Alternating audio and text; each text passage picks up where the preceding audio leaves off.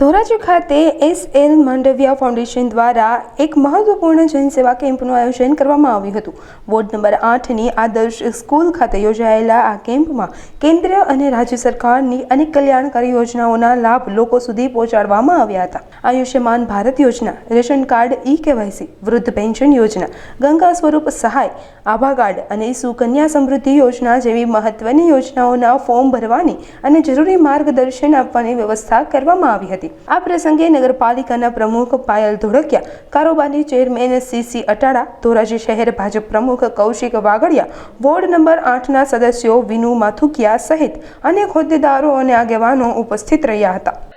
પોરબંદર લોકસભાના લોકપ્રિય સાંસદ અને કેન્દ્રના મંત્રી શ્રી મનસુખભાઈ માંડવિયાની પ્રેરણાથી એસ.એલ. માંડવિયા ફાઉન્ડેશન દ્વારા જનસેવા રથ ધોરાજી શહેરની અંદર છેલ્લા 6 દિવસ થયા વોર્ડમાં કેન્દ્ર સરકાર અને ગુજરાત સરકારની જે 12 જાતની યોજનાઓ છે તેમનો લાભ છેવાડાના માનવીઓને કેમ મળે તેવા હેતુથી ધોરાજીના દરેક વિસ્તારમાં જનસેવા રથના આવા કાર્યક્રમો કરવામાં આવેલ છે।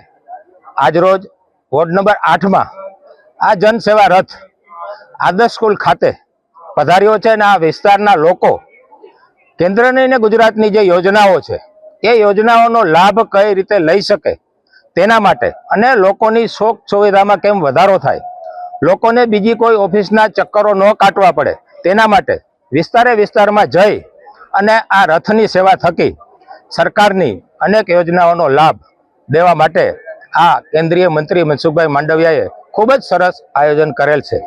આના થકી જે લાભાર્થીઓ છે તેમને પોતાની આગળની જિંદગીમાં પડતી જે મુશ્કેલીઓ છે તેવી પણ યોજનાઓ છે જેનો પણ લાભ આ રથ થકી લોકોને આપવામાં આવે છે। સાથે સાથે આ રથ દ્વારા એક એ પણ પ્રચાર અને પ્રસાર કરવામાં આવ્યો છે કે સ્વદેશી અપનાવો।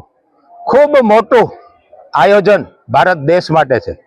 વોકલ ફોર લોકલ અને આત્મનિર્ભર ભારતના મંત્ર જે મોદી સાહેબે આપેલો છે તેને સાર્થક કરવા માટે આ રથ થકી એ પણ પ્રચાર અને પ્રસાર કરવામાં આવે છે।